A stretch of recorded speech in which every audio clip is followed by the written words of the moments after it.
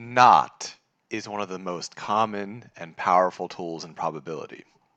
It's also really easy to use. The probability of not A is just 1 minus the probability of A.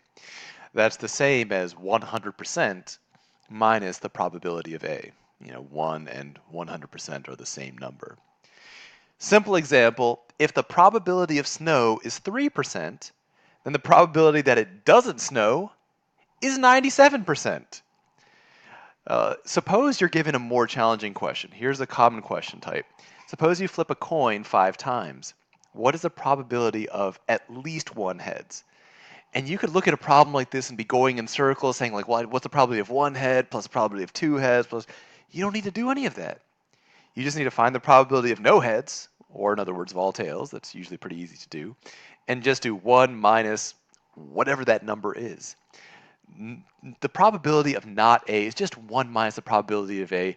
You're going to use that all the time in probability, and it's going to make your life so much easier.